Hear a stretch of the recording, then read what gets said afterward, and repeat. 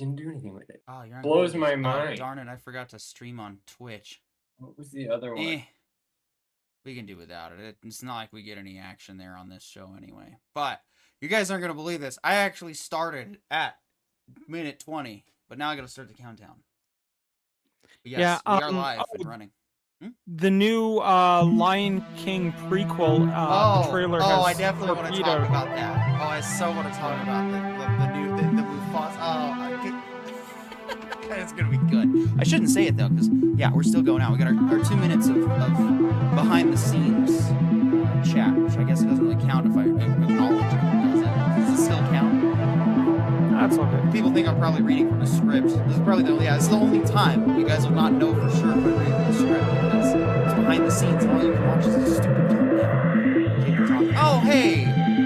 Cool Uncle Linda's here. Awesome. I'm sorry it took so long to get to the Fallout discussion. Then again, I'm not, because people are mad because Fallout stopped being relevant already. We're going to change that tonight. We're going to keep it relevant for 2 weeks, if not more, when I get into the games. But hello to you, Linda. Actually, maybe that's one thing we can do. The only comments we'll acknowledge for the first 2 minutes are the longest supporters. Everybody else got to wait. So what? It's like you must be at least this cool to ride this ride? You must have been following us, giving up your free time. You could have been doing something way better. I mean, that's why I'm ignoring all these hundreds and hundreds of people that I've never heard of. There's so many people in our chat. We sort to 4 things. Oh, hey, I'm glad I made that thumbnail for you. Thanks.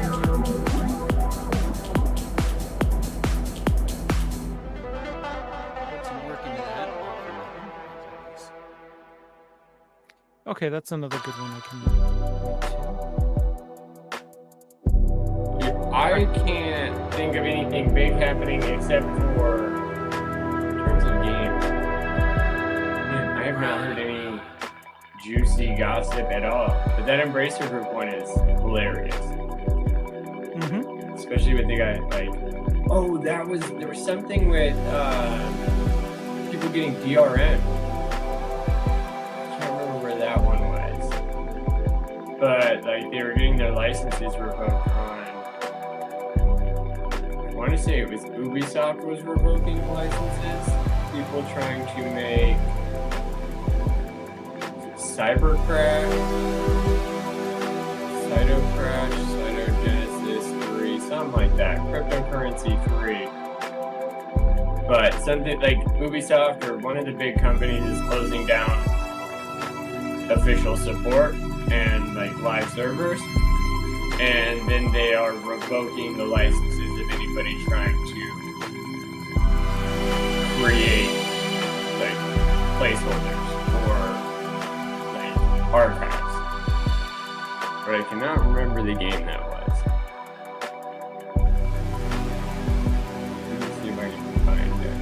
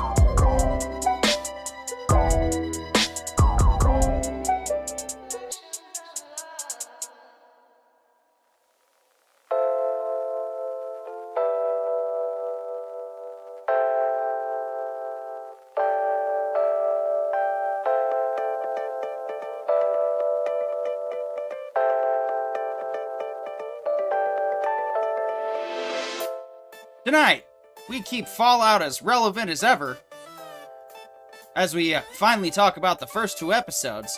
Then we'll talk about the Shogun conclusion, as well as some more 3-body problem, and maybe some X-people. All this coming up right now on The Writer Brothers.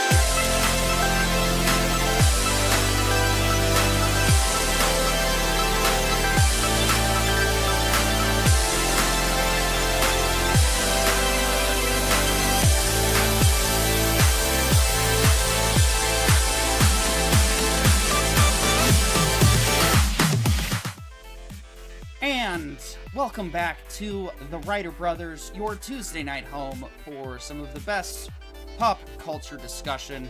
We're not starting at the end of the show, though maybe we should. All right, thank you for tuning in. I'm PDR. We'll see you next week. No, I'm just kidding. We missed you guys last week. We are, of course, sorry about that. Will it happen again? Maybe. But we're certainly going to do everything we can to not do that. Glinda says, welcome to Vault 4. Oh, thank you, I guess. I don't know. But let's, of course... I'm with Vault 4, but I'm going to be staying out of Vault 85, thanks. Yeah, and those weirdos in Vault 34, man, security was lackadaisical. But I only, yeah. Glinda says, I missed y'all last week. We missed you too. I wasn't totally prepared while being on the road, so we learned some lessons. I also may not have kept up on the homework either, so I decided in order to make up for it, I was gonna bust out the best suit I had, and right now that just so happens to be my old Doctor Who pinstripe suit from like 10 years ago when I was in Key West. So, yeah. Gentlemen, how's everybody doing this week? Corione, you ready to talk some, what are you ready to discuss? Yeah. All right. Well, I mean, I'm ready to start with, some Disney news. I've got some Jerry Seinfeld, believe it or not. Even some Callum Turner today. So we got a lot to cover. Yeah, yeah, we do. But first, I haven't watched this yet. Reason being is because I don't want to. But I was gonna say, do you want to? Because we can. Oh, I want to now for the show. Like this. Hold on, I gotta put it into MST 3K mode. There we go, properly. There. Yeah, okay. Now we've got it. But yes, okay. I do want to see this. So before we begin, I think it's important to mention, we who are about to die, noble viewers, salute you. Yeah, exactly. And hey, Tripping Orc, good to see you. Welcome back. We're gonna check out the Mufasa trailer. All right, boys and girls, tighten up your underwear. Here we go. Couldn't even come up with a new song. Nope. But hey, Zidania, you want some pizza? It's kind of awesome. Hans Zimmer really crushed it. Only the writers could follow through. This is what Lion King would have looked like if Unreal 5 was around when it was made.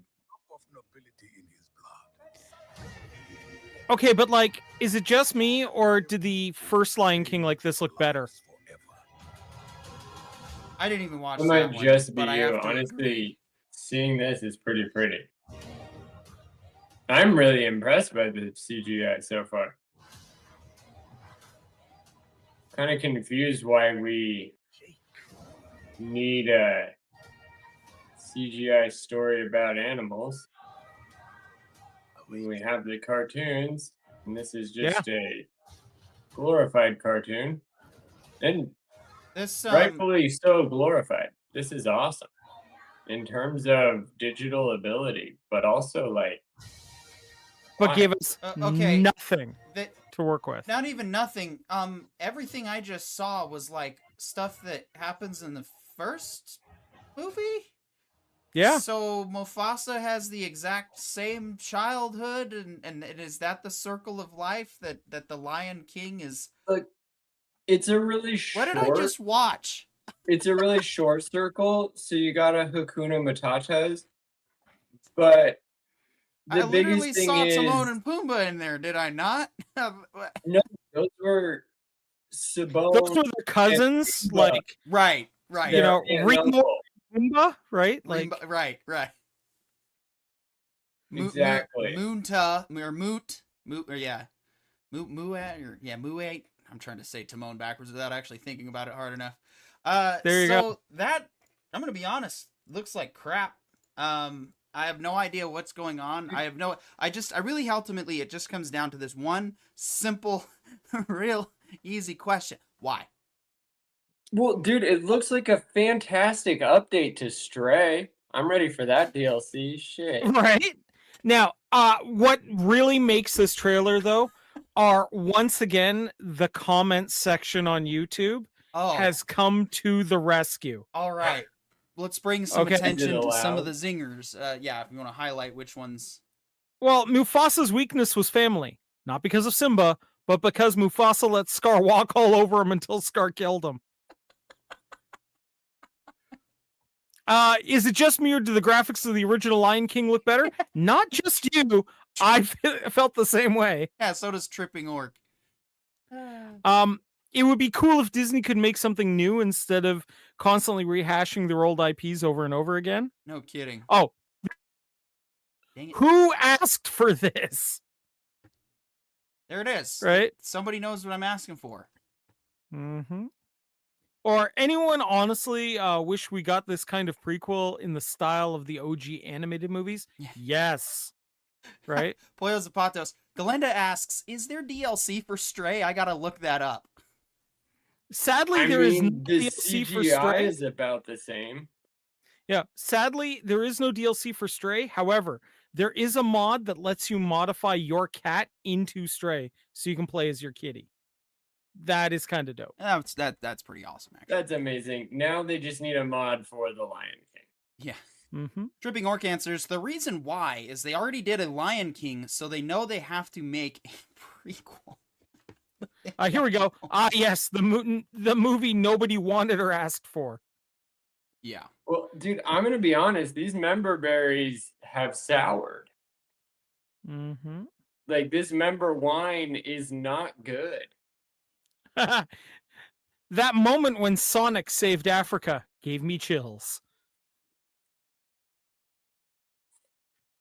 Oh. Oh yeah. I want Ace Ventura to come in and save the Mufasa. Hey, Petey, you got somebody thought along your lines as well. Please, someone tell me how in the hell Timon and Pumbaa are there? Thank you. And also, if they were friends with Mufasa, why did they just tell his kid, no worries, bro, your dad's dead? Yeah, exactly, right? So, I mean, once again, YouTube comments come to the rescue. Yep. Next up on the list, Callum Turner to star in a Neuromancer TV series on Apple Plus. Oh. So, for those not aware, Neuromancer is probably the book responsible for the cyberpunk genre. You don't get a Johnny Mnemonic. You don't get a, any of the sci-fi environments where people plug into computers without Neuromancer. So this is a big deal. And Callum Turner is a good choice to be a part of this. So I think we're going to wind up with another banger from Apple Plus, not too distant future. It's not even fair anymore. Also, hey, Daniel Larson, good to see you. Daniel says, for those who want Disney making new stuff, be careful what you wish for. I agree. And oh man, we're going to have so much doom and gloom come June 22nd. Ugh. Anyway. But hey, Star Wars Days this week. Yay. Yeah. So yeah. Coolness. We're getting a Neuromancer series. I mean, it really seems like Apple decided that, hey, wouldn't it be cool if we took all the underpinning works of sci-fi and turned them into TV series? And not only that, but let's like follow the source material and not deviate too much from it. And I mean, what's going to happen? Well, what's going to happen is you get shows like Silo, you get shows like Masters of the Air, you get other great shows like, and then now we're bouncing over to Prime. Let's see, we got Fallout, of course, which is based on a video game, but follows the source material. We've got Terminal List. That one followed the source material. Reacher was doing a pretty good job of following the source material. It's now going to go off on its own thing, which at first I was a little disappointed in. Then Shogun happened, and we'll get into that. Daniel Larson getting into he's teasing the Fallout discussion a little, says Timon and Pumbaa took the Vault-Tec immortality juice. There it is. There you go. That is actually a satisfactory explanation for me, and I might actually watch the movie now. Yeah. So there we go on that one. I think that's going to be fantastic. I got one that's a little more of a commentary, because you're never going to believe who's back in the frickin' world again after disappearing for quite some time. Jerry Seinfeld has been really coming out and firing shots in every direction. Last week he was talking about how Hollywood is dead. This week he's talking about how the extreme left and quote-unquote PC crap has killed off TV comedy. Apparently it's too hard to tell jokes when... Yeah. 20 years later, I mean, goodness. Even like the writer of Seinfeld was writing about this in his show on Larry. Yeah. On HBO. Like, are you kidding me? You're just now saying this? Like, Larry even got like in a lot of trouble for his show. Because he was like, no, these are my feelings. And everybody was like, wait, you're actually going to put that on television and actually be honest about that? And he was like, yeah, I don't care. Oh, well, like, okay. In deference to Jerry Seinfeld is a very, very middle of the road comedian, okay? He's not extreme on one thing or another. He's very, very general. He's extreme. So actually, that's incorrect, Corion. That's not entirely accurate. Right? Jerry Seinfeld is an extremist for the team of Jerry Seinfeld. That is reasonable. Okay. But the point of the matter is, if Mr. Milquetoast is finally being the last horse to cross the finish line on this, I mean, it definitely says it's now safe to take on the extremes in the Hollywood circles. And I mean, more than anything, it's like he's got tons of money and networking ability, and that's what's frustrating to me is like even Larry David did see it, right? Like in his one of his episodes during the COVID years, and even before that, like. He had a whole part where his character grabs a MAGA hat and is like, look how much people just leave me alone when I wear this. I'm gonna just wear this from now on. And like people were like, wow, dude, even just wearing the hat gives Trump power, so that's bad. And like Larry David was like, no, you guys gave the hat power. That's why I made a whole episode about it. And like, he's like, I'm writing on meta commentary and it's not even satirical. Like, I'm just being an opportunist in the laziest form, and you guys are getting mad at me over nonsense. And it's the same thing that like Trey Parker and Matt Bowen over at South Park have had to deal with for years. Like, so many people say you can't cancel South Park. Where are the new episodes? Like, somebody's throttling them. That's why half of their new movies come out on Paramount Plus, and then the other half come back out on HBO Right. and Yeah. Comedy Central. Like, these writer rooms have been getting stifled for years. And Jerry Seinfeld, he may be milquetoast, and like, I get that. Like, that's a neutral expression, but like, this is what I've been talking about the entire time we've been doing the podcast. The people at the top have no idea what's going on. No. Right, but what I'm saying is, if it's finally reached the person whose most extreme concern would elicit a beige alert, and he's mentioning it now? That's a good point. Yeah, that's true. Right? Like, now he's on board? I know. That's saying something, right? Yeah. Yeah. Well, and I yeah. would even go so far as Jerry Seinfeld has spoken up on this from his stadium as a stand-up and as like a host on his like Netflix shows. But yeah, I guess I should give him credit because this is the first time he's like, no, I'm actually just going to start shooting shots. Like, I'm actually going to, in my interviews, Jerry, what do you think's wrong with the modern media? Why do you think people hate modern Hollywood right now? And he's like, well, because they don't know what they're talking about and they're not funny. Yeah. That's pretty much it. And they're always trying not to offend people. And it's like, why? If you offend someone, you know what you do? You say, oh, I'm really sorry I offended you. I didn't know that I was going to hurt you. And then you go on. If you care and actually feel really bad because 1,000 people say that was offensive, yeah, maybe change your ways if you feel like it. But if like not, then nobody just stand says on your anything, convictions. Exactly. Well, no, because sometimes we say things off kilter, and sometimes the answer is, yeah, I'm sorry.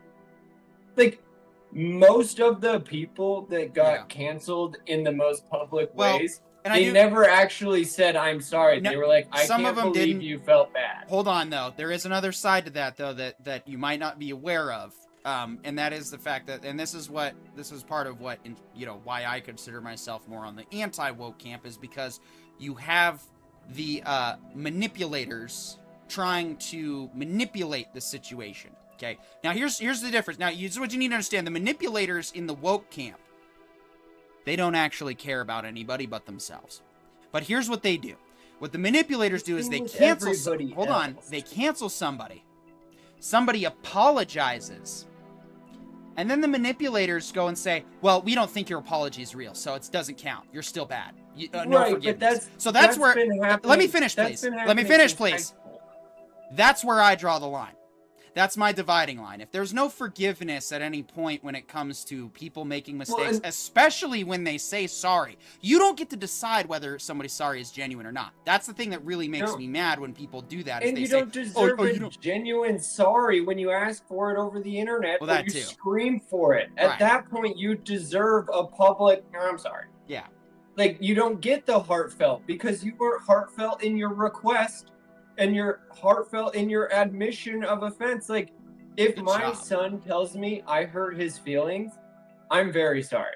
Even if it was a dumb thing that hurt his feelings. I do care about his feelings more than anybody else's. Well, and that's the thing. People don't understand. If somebody in the chat goes, hey, I don't like the way that you said that, I'll be like, my bad. I don't care. Right. And that's where it's supposed to end. And that's exactly, and I agree with that to that extent. That's what I'm calling to is, that's what the individual being called offensive does. They go, not my bad, and then walks on because, like, A, you're not paying my checks. It's either that, B, or I'm not feeding you. Or you simply, or you listen to their perspective and say, you know what? Yeah, you need to relax and laugh at yourself a little bit more. Because the truth is, the human race really does need to get back to laughing at itself again. I would go so far as to say that, like, that's why you say sorry. Because when you hit somebody, when somebody goes, hey, I'm offended, and you go, oh, I'm really sorry, I didn't know that. Then it stops them. And if they're a nice person, they'll go. And the other thing is, most well, people I don't. just spoke up. Yeah. Well, like most people will be like, I just spoke up because like I have a younger sibling that's like that and doesn't like that, or it really got to my heartstrings. And then the person that said sorry is like, yeah, I hear you. It's about I having might the change it. dialogue. Exactly. I might not, because like Shane Gillis, a lot of people talk to him about his like autism and Down syndrome jokes, and then he goes, yeah, you want to talk to my nephew about it, because he laughs the whole time. And then everybody goes, All right, guys, I can't got do one more that. here, Anyway, and I do have to apologize because, man, I went on to my absolute nemesis to find this site and get this story. So I do apologize because I hate this site, but here it is.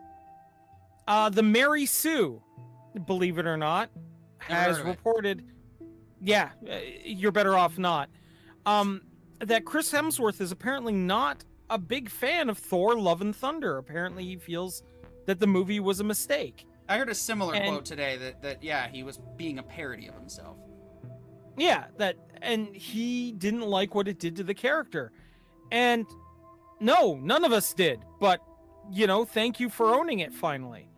And Speaking of You being know- offended and saying I'm sorry. yeah, and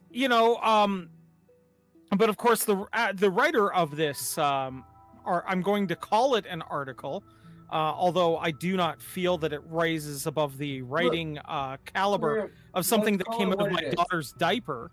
let's call it what it is. This Tumblr post. Yeah, right. This meme that was fed to an AI writer that generated a post about it. All right, is This there any point to having a MySpace source blog. if we're just gonna tear into it? Like what? Yeah, but Well, basically, yeah, we're gonna go right for the title and call it good. Because I mean, how can you declare that a movie doesn't deserve the hate it gets when Yeah, I it was mean- that bad? yeah, Like compare and contrast the budget of Love and Thunder Hold on. to Thor. Tripping Orc in the chat just now. The Mary Sue is still around. I guess Tripping Orc is just as shocked. Apparently they're Well, don't you There's know more she's hidden- fantastic? hidden animosity to this than I realized. yeah. So at any rate, so no, Chris Hemsworth is genuinely not happy with how Thor: Love and Thunder went along, and all I can say to that, Chris, is me too, Chris. Me too. You're not alone. You're not alone. Glinda says, I'm gonna have to break down and subscribe to Apple TV. Glinda, I sing Unfortunately. Apple TV's praises on this show just about every week when it comes up because it's the truth. Their quality of television is without a doubt some of the best that you can get. They are also the best deal for what they still don't have ads, okay? They're the ones, and I think they're probably going to be the last ones to do. They were like one of the last holdouts to keep their sub as low as $4.99, and they did that like as long as they could. But unfortunately, because I learned working in Dish and whatnot, as digital services and goods increase in value or increase in quality, of course it creates more resources, and so. Fortunately, the price hikes do kind of have some inevitability to them, but at the same time, our currency is manipulated. That's discussed for Saturday. And Galinda, here's what I would say. Well, I was... Before you actually buy a subscription, get a gift card for it and try it for a month and Ooh, that's see a if good it's idea. something you actually like. But what I really wanted to get to, Galinda, was while I do love Apple TV, the iPhone is without a doubt an embarrassment of technology. I hate Apple products. I hate their computers. I hate the pretentiousness that comes with their stupid brand. But I'm unbiased, and so I have to admit that, as far as television goes, we're in agreement. Everything else, Motorola's doing it better. Yeah. Does the iPhone do that? No? Well, that's a stupid gimmick, but... Here's what I would say about Still. Apple. Apple products are fairly reasonable if high priced. No, The cult that worships them, however, exactly. is a bit of a problem. Yeah, no, I do also have I to would concede that when go it comes so to far as video editing, sound editing, everything else but video gaming, and Apple's probably better for you. Well, I would go so far as to say that it used to be, and Apple TV Plus is what I've talked a lot about in the past, and that's decentralized leadership. And whereas Disney has Bobby Iger in charge of everything under the sun, and he's actually somehow involved in all of these things and actually cognitively aware. Like, talk about micromanagement, like micromanagement at the macro scale. It's ignorant, arrogant, negligent, and leads to what Disney is. Whereas what Apple TV did and what Apple has done is the guy who's running iPhone has done nothing but find ways to increase dongle usage across all devices. But the guy who's running Apple TV has done nothing except for invest in good writing and cinematography and produced quality. Like, one guy is trying to make a buck on everything, and the other guy's just spending his money wisely. So PD, and they're actually not friends, which is awesome. yeah. Galinda, can you bring up Galinda's comment there? Because Well, I can't. there's something we don't have that feature yet. I need to reinstall. I need to get that feature figured out again. But yeah, Galinda just posted in the chat, I'm not a fan of their products. Lol, I personally wish everyone had focused on Linux. We'd be in space by now. Galinda, I've got some bad news for you. The back end to the Mac OS is Linux. So Mac is actually using Linux as their entirety back end across all product spaces. Yeah. So believe it or not, they actually are doing what you asked them to do. And they are the ones that killed Linux in every way possible because they didn't want their back end to outpass them. Yeah.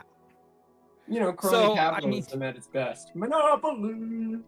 Yeah, I mean, personally, I work in Linux all day. You know, I am still a Windows old head. But then, you know, I'm also like the guy who has DOS commands memorized. So why switch to something else when you know the other thing better? Yeah, exactly. And then Daniel Larson earlier, but this is perfect because I'm gonna since it came up with Jerry Seinfeld, we might as well. Comedy, the final frontier. Its continuing mission to explore strange new subjects, to seek out new jokes, to boldly tread on sensitivities nobody has tried before. You know who else is coming back into relevance? Cat Williams. With a new special out this Saturday. What the hell did we do to deserve that? I know! Cat Williams was never out of relevance. If you watch every one of his specials, you pee your pants with him. Yes, I agree. So funny. But I love Cat Williams. He's but between him and talk Chappelle, on Joe Rogan was explosive. Like, even Joe Rogan's show has changed since then. He's gotten back more to being free, like, you don't have to deal with this pressure. Because Cat Williams and Joe Rogan had parallel careers, but apparently they'd never interacted. And then when they finally did, like, he was like, oh, I am doing it right. And now he's back to doing, like, a lot more fun guests. Although, personally, I'm more of a fan of Brad Williams myself. That's fine. Brad Williams. Also coming, guys, in pop culture news, also on Netflix, if you guys hadn't heard yet, Netflix is also the following day on May 5th doing a live roast of Tom Brady, hosted by Kevin Hart. That could be okay. Yeah. Tripping Orc says Cat Williams was in GTA 4. Oh, he was? I don't remember which character. If he was Playboy, well, sorry, but he had a nicer house. Anyway. That GTA 4 was the best. That was one of the that one really. Oh man, that one knew how to go for moral gray areas and force you into some tough calls. That was like, I was questioning my decision a couple of times. I'm like, did I do the right thing? I don't know. So that's hilarious. I don't think I really got into GTA until GTA 5 20 years ago. Oh yeah, 4 is still the best story in my opinion. So, of course, if you're like Galinda, then you're probably really looking forward to our I haven't even put the poster in yet. Fallout discussion. But first, we got some 3-body problems to discuss. Oh boy, I think we hit episode 3 and 4 this week after a very mysterious mystery box. 1 and 2, 3 and 4 really do kind of give you the meat and start to give you the meat and potatoes of it without totally killing your interest in the show. So I gotta say, between episodes 3 and 4, I did thoroughly enjoy a lot of the way that the narrative was put together. It took a little bit to get my interest, but I don't know. I'm happy to see where it goes from here. So, but John, this was one of the shows you were most excited about. So what are we hyping about for 3 and 4? So refresh my memory on 3 and 4. We got the helmet finally, right? That was episode 2 or episode 1, I believe. When we got the first visit, or is it? Oh man, episode 3 is that when Snacks guy gets to try the helmet and gets killed? Yes. And then episode 4. Episode 4 is where episode 4 is where basically we find out that this whole invasion is starting as a religious cult. And that was, yeah, like 4 really hits a lot of the dogma tropes with pointing out a whole bunch of just and then of course in the process it seems that the power structure that's been established for the last 30 to 40 years is about to be compromised as well, because all of a sudden the incoming aliens are scared because they don't understand how or why humans lie. So apparently this culture is either unfamiliar with lying or they evolved out of it or something. I don't entirely know. Oh, dude, it makes complete sense in so far as we've gotten. So like this is why I really love this show, is because each episode is a continuation of the greater arc, and the greater story should be played out over like multiple seasons, but then also sufficient exposition and like interesting new things. Like when we get the helmet and we start seeing a little example of why the aliens are on their way. And Right. it turns out their system only works if the king knows when the planet is going to be doing its best, and as long as the king can be specific. So, how did they lose lying? Well, who's the king? It's the AI. Nobody on their planet has had enough time to dehydrate and actually self-express on an actual civilization level because of the 3-body problem. And that's why they're headed here, is because the only thing that can actually stay awake for the journey here, which they finally found, is the AI. Nobody else can stay awake during that trip, as far as we're aware. Right? Like, we know that it's some form of super intelligence. And it seems artificial. These 2 episodes really bring home who they are as a species, and also where they are in terms of this AI has been working for them the whole time. Like, because the AI doesn't have to deal with the weather. It doesn't care. They built it in a sufficient chamber to keep running the clocks when they have to be dehydrated and rehydrated. But at the same time, this AI has now built a system to leave the planet, but the species that the AI is in charge of has had no time to actually evolve. It has had no time to actually be an intelligent species past whoever created the AI. And at that point, it's like, what seems super intelligent, the craziest part is when they wake up, what happens next? Plus, Yeah, and I mean, go for it. And I was gonna say, the 3-body problem is the first of a 3-book series. So I believe the second book actually does deal with them on Earth in some form or another. So that's probably where the story's headed then. No, it's well, first of all, I can't really say I'm a big fan of Netflix with ads. Nope, don't like that. That's all I gotta say. No, well, way to go on becoming cable. Right? Yeah. I mean, the age-old saying, you either die a hero or live long enough to see yourself become the villain. Like, Darth Vader just started breathing over at Netflix. Goodness. Right? And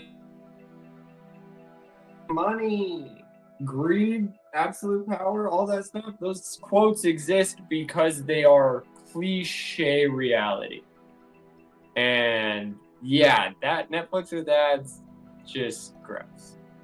Disrespectful too. And what are they? Pharmaceutical ads? I have no idea.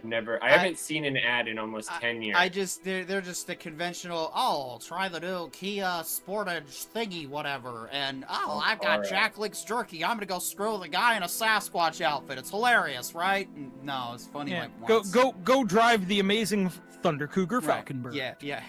Actually, I was gonna get a fake ad, but together. But I would be down for these ads if like they were actually making cars like the ones in the movies. I'm gonna be ones honest. that were drivable rather than just trying to make the cheapest, easiest to manufacture and then sell at a price gouged rate that they can. So Daniel Larson, because he's loves picking fights all the time. I'm just kidding. I know it's not intentional.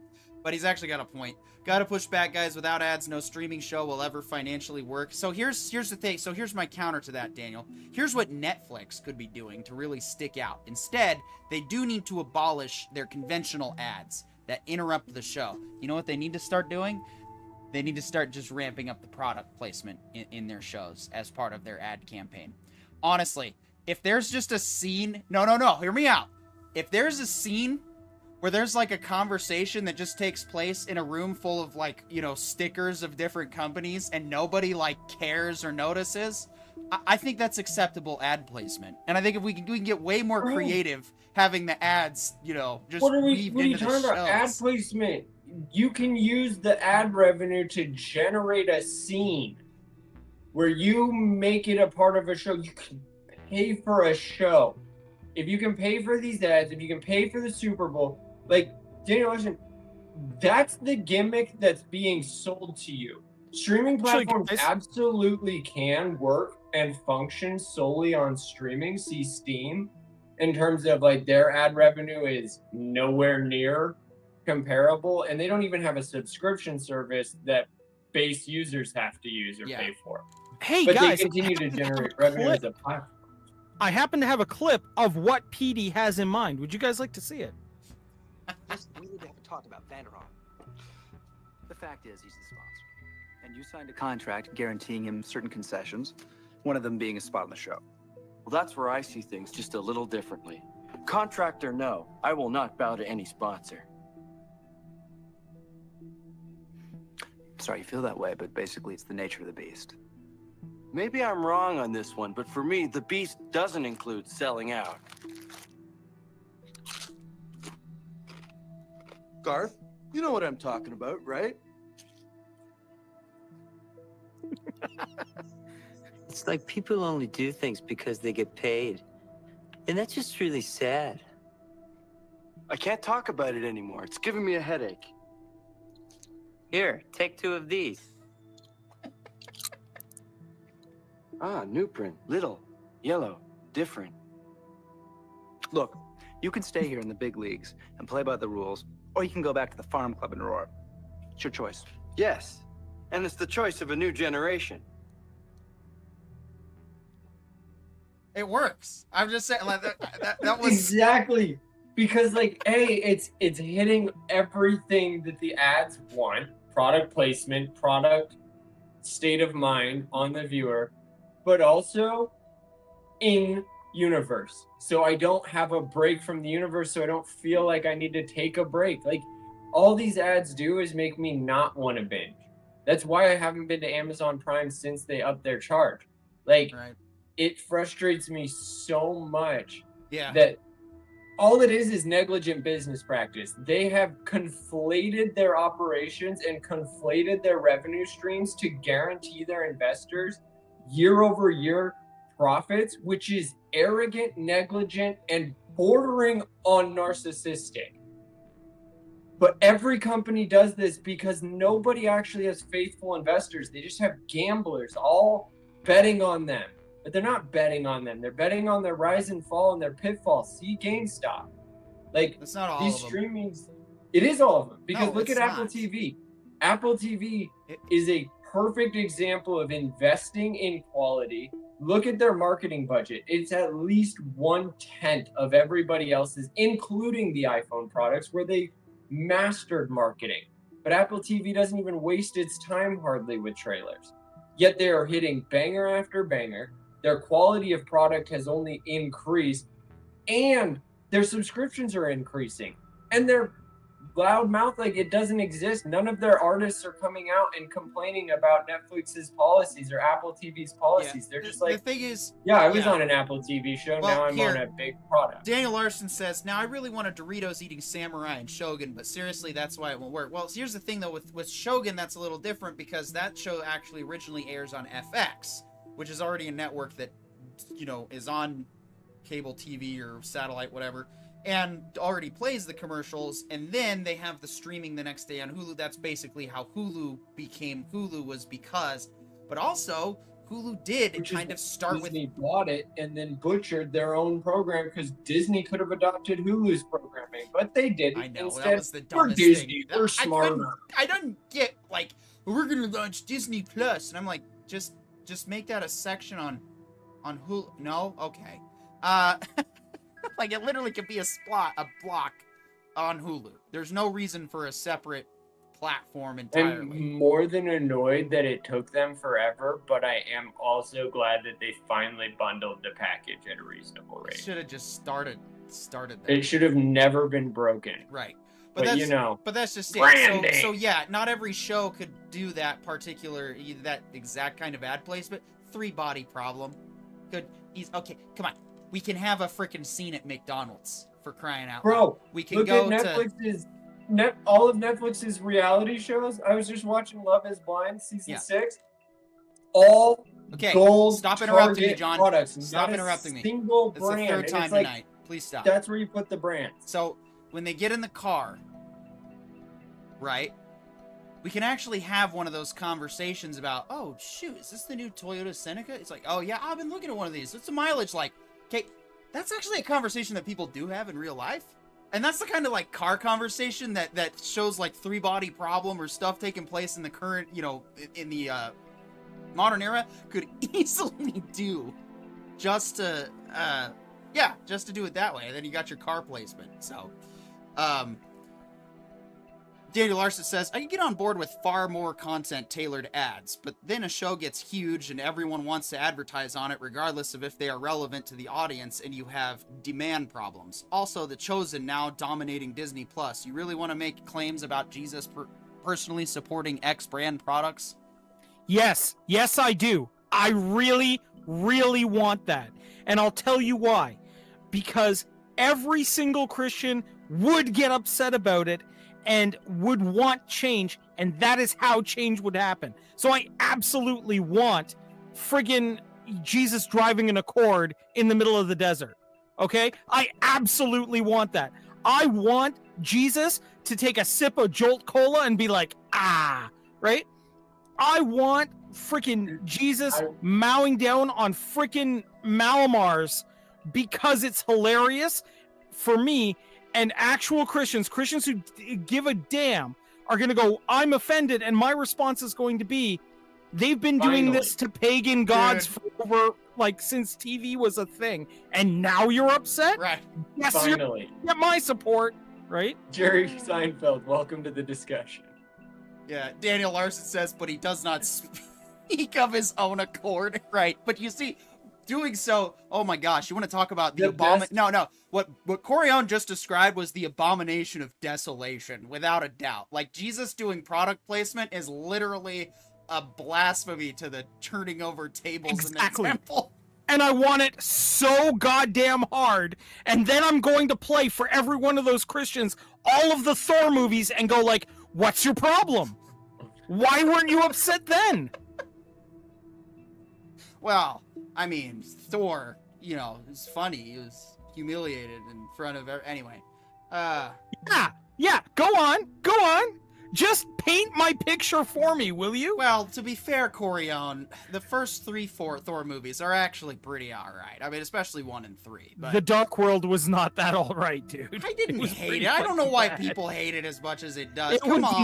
not good. Really. But after Love and Thunder, is that still how you feel?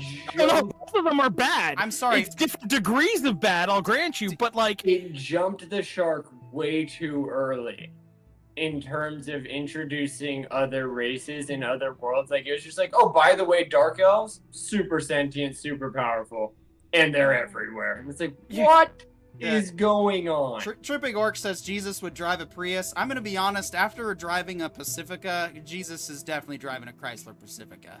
Well, I feel like the whole ad hold is on. just all of his disciples fighting over which car he should buy. No. Look. There are 2 Jesuses, okay? There's like historical Jesus who would probably actually just ride a bicycle. And then there's Jesus. Bro, he can teleport. I was He's going to say, walking. yeah, he's got that teleport thing, that walk on water thing. He just takes shortcuts. All right, or, you know, there's American Jesus, and that dude's driving a tricked out Ford F-150. Oh, he's driving a lifted Ford F-150. He's white, Bro. absolutely like whiter than sour cream. He totes a gun and he votes Republican. Hell yeah, you guys to Corion. grow up. You know for a fact he is driving a 50 cal mounted Humvee upscaled to the Cybertruck armor and paint style. Yeah. And it has Respect. 2 miles to the gallon. Daniel Larson says, I'm here to save your souls, but you need to save money. Call 1-800. Yeah, supply side Jesus. Also, PD, you're right. J.G. Wentworth. Yeah. 877 cash now. Jesus calls upon you Uh, to discuss your car's extended warranty. Have you been hurt or injured? No, I'm not performing miracles anymore. We're doing cash now. Yeah. You know what God says? Timeshare. The power of Christ compels you. You know what? The power of Christ needs a break. Oh, man. And then, of course, Daniel says this is why he picks fights. Yeah, you made a good point. This is some of the best Tuesday discussion we've had in a minute. See, this is why we needed the break people to come back firing hot freaking lead. But you see, Corion, what I absolutely love is that deep down, you're actually already offended by Jesus being in ad placement. Oh yeah, no, because look, that was, but you understand the necessity of it to force the change, and you might be onto something, man. Look, I'm not offended by it because mostly the best part about this is like finally you see who they really are. Right. Greedy sluts. Yeah. Well, And they always have been. my point is this, and I think this is a reasonable place to be, okay? You can't have only specific things treated with reverence and respect. If you're going to treat something with reverence and respect, you have to reach out and go, what are all the things we should be doing this with? And you can still have mirth in reverence, okay? I mean, if you actually take a look at some of the verses where Jesus talks, the dude does have a little bit of a sense of humor about it. And I think that's reasonable. I think having Jesus be, you know, a guy who understands that humor sometimes can pierce the heart that a serious discussion cannot is okay. There is some wisdom in the Buddy Christ. Right, There is some wisdom in the Buddy Christ perspective, yeah. Well, see, Family Guy Jesus.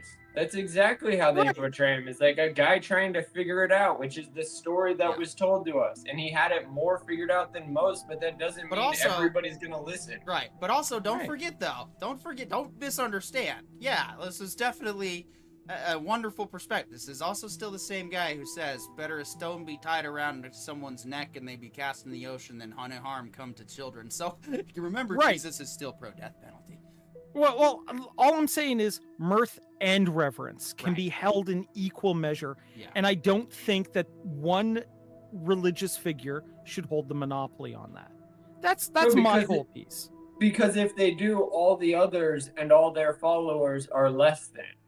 Exactly. And that's annoying. And that's the opposite of what Jesus was. Jesus said you treat others the way you want to be treated. So to me, that comes across as, well, if I want people to listen to my opinions and hear my perspective and my faith and what's important to me, I have to be willing to give that in return. And if I don't want people to disrespect the deities that I deem respectful, then I have to be willing to afford that respect to other people's customs and practices. And in the end, you know, what did Jesus do? Well, he washed his disciples' feet.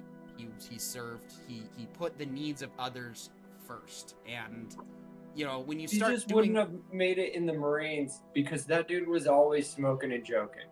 His whole thing was hanging out and talking to people, being a community leader, and just letting the community actually grow together. Whereas most community leaders are like, let me hide in my fort. Well, you know, Thor actually had it. The first Thor movie actually had it really right. That, listen, you want to be an alpha, you want to be a leader, then serve. Okay? Serve the people you wish to lead. You are there to be the backstage crew for the followers you have to make them look like rock stars. Because at the end of the day, that is how you lead, is you teach the people in front of you how to be their very best and then do everything in your power to make them that. Make them available to be that. Okay? Because the more That's rock, literally all I get out of Matthew, Mark, Luke, and John. rock music we have. Yeah. No. Right? So yeah, Daniel Larson says, Chesterton said the thing Jesus hid most was his mirth because his laughter would be too overwhelming to us mere mortals. I mean, I could definitely see the case for that. I could dig that. I could dig that. Yeah. I figured that he had that kind of, for lack of a better term, dry Jewish sense of humor because that just makes sense for the times. And Jesus, the original He's New York super Jew. sarcastic. right, Like, you know, one of the most sarcastic people in the biblical text. Oh, one of the phrases Just that I caught snarky, on to, and I love it. there was one that Yeah. the snarkiest one is before John was I am. Some people read that as like that's like the biggest end all, and I'm like, yeah, I get that, but what if he literally just said that in conventional conversation, and when he's trying to explain the concept of time and everything, he's like, yeah, before John was I am. Well, I know it's confusing, but that's it. Actually, the way I'd like to equate that is, there's actually a very similar discussion that has happened where Lil Wayne was being interviewed and then was told, and he says, "I'm God's gift to rapping," and then they cut to Eminem, and they're talking to Eminem, and he goes, "Lil Wayne said he's God's gift to rapping," and Eminem quite correctly responds with, "What are you talking about? I didn't gift him to anyone." And that is something I think is the equivalent of what he said there before John and I am, right? Like, before John was I am. That is absolutely the same kind of statement in my mind. Yeah, that's one way to look at it. Absolutely, yeah. But there's So I think I might have killed Pollo Zapatos with that line. That probably did. Oh, probably did. Anyway, three-body problem is cool. We'll get back to more of that next week. But speaking of Christians and Christianity, Shogun concluded. And, well, it concluded last week, and then anyway, we're here now. So, guys, I'm gonna wait. I'm gonna let you guys go first. So, I feel like this was probably the best conclusion, given that this is a trilogy of books, that we could have gotten for the book Shogun. I'm hoping the next season follows the next book and so on. Wait, but what, I feel what do you like mean next book? Shogun is a three-book series. Well, Oh, I thought the whole first season was contained in the first. Okay, because I tried to research it, and that I guess I got my information confused. My understanding was that the first season was Shogun the first... is the first book Okay. in So the it's 2 three-part books to go. trilogy. Yeah. Okay. That makes So- more sense. Well, because they were saying that there wasn't going to be a second season because this was just one and done, but... Right, Right, but of then they'll Shogun. name the second season the name of the second book, right? Oh, they could just call Shogun it 2, Shogun. the Shogunate.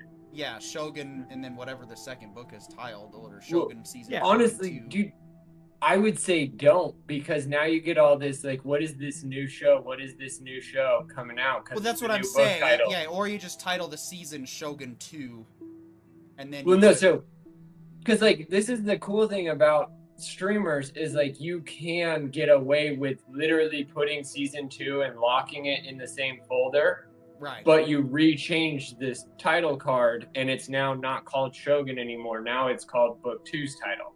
Yeah, I don't think that's a good idea.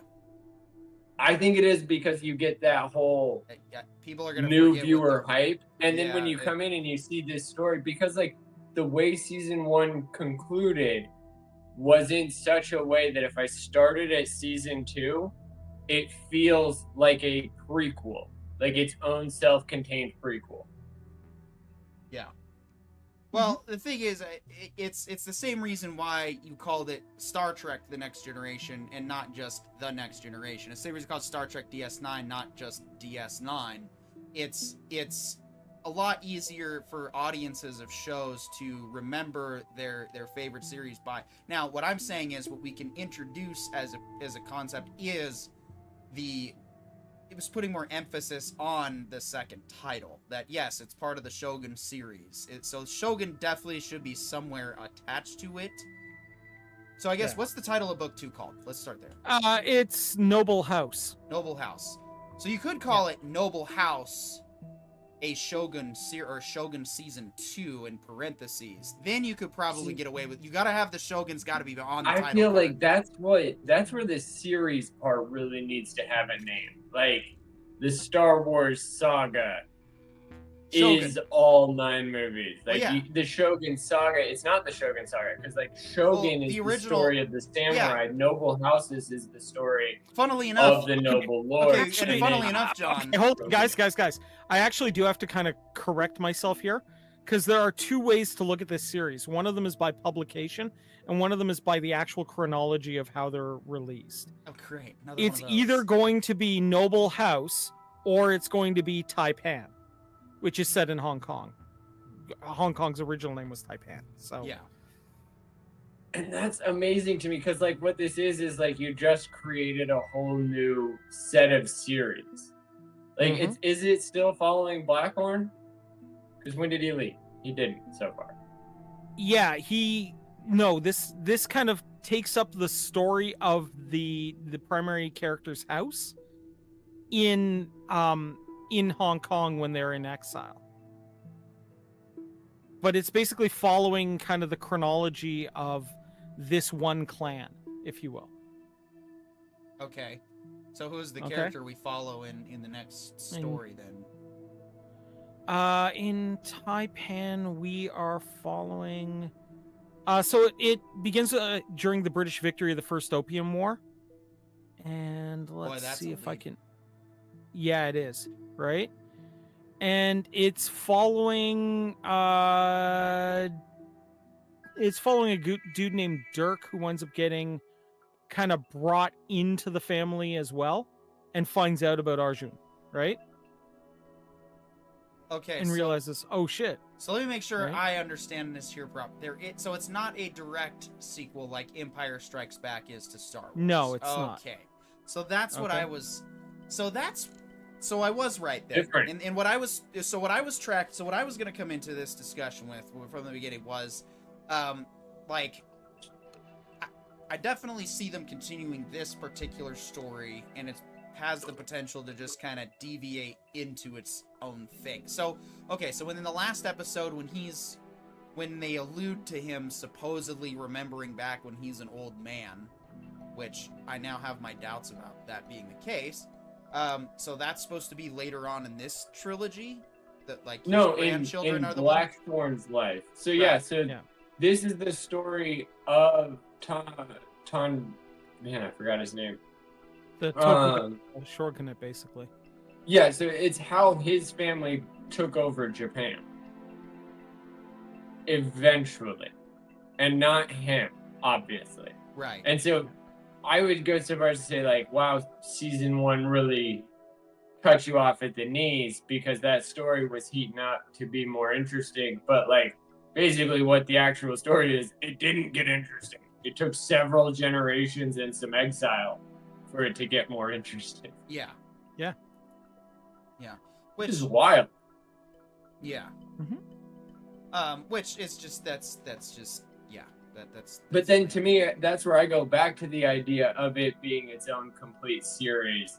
And then when you go to Shogun and Hulu, or when you go to Taipan and Hulu, it goes, this is the connected family. So it's a prequel series, but its own Right. season. But that's just it though. With where they ended this season, they could also just pick up right where it is and kind of like it'll technically be a deviation because it's going to be a continuation of a story that was already finished. So you know, we don't really know what happens in the in between, because here's what they could do.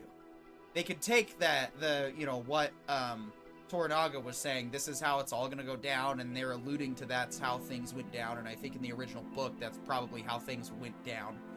But where they end the narrative, they could decide to kind of make it a little bit more complicated than that and put more politics and intrigue and but it'd be its own story.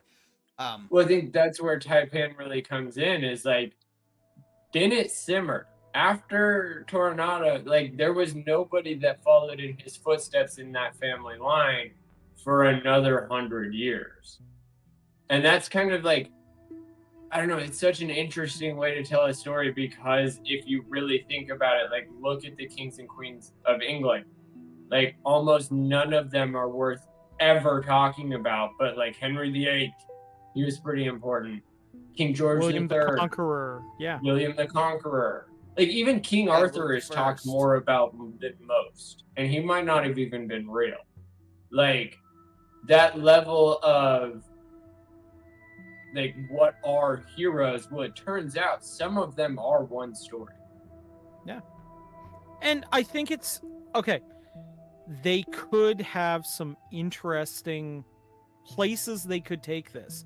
I do like the idea, though, of picking something like Shogun, because they can tell a self-contained story, and if there's sufficient demand for a sequel, they can then go to the next book in the series.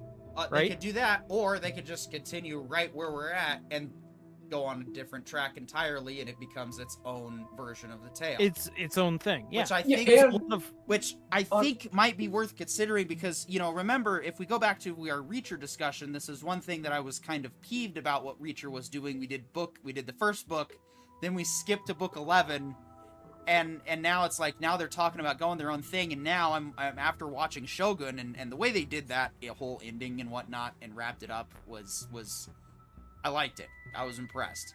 But I think, like, now seeing that kind of happen again, and that there's a potential for a show to just go on its own track, I'm kind of leaning like we could do both. Seriously, we could. We could start the sequels, you know, the second book, which apparently takes place, you know, nearly 100 years after. But we could also do a second season about how the, you know, whole thing with establishing Shogun goes. And if it's even as smooth, or if there's more, you know. Well, I would actually argue, though, and I mean, this is just my piece, okay? Because while I would not consider myself a weeb, I know my Asian cultures fairly well, my history fairly well. I think That has there's to go been with, what weeb has to do with just being obsessed with anime. yeah, Japanese culture in general. yeah. Well, Okay, there's a so little they're bit of all of changing it, the definition again. but No, here's what I would argue. Hello Kitty was way too big for it to be just anime. Yeah, pretty much. But here's what I would argue, that there have been an awful lot of really good TV series, animated series, comic books, what have you, set in the Warring States period and the Tokugawa shogunate, that if you're willing to expand outside of your normal American media, are really worth checking out.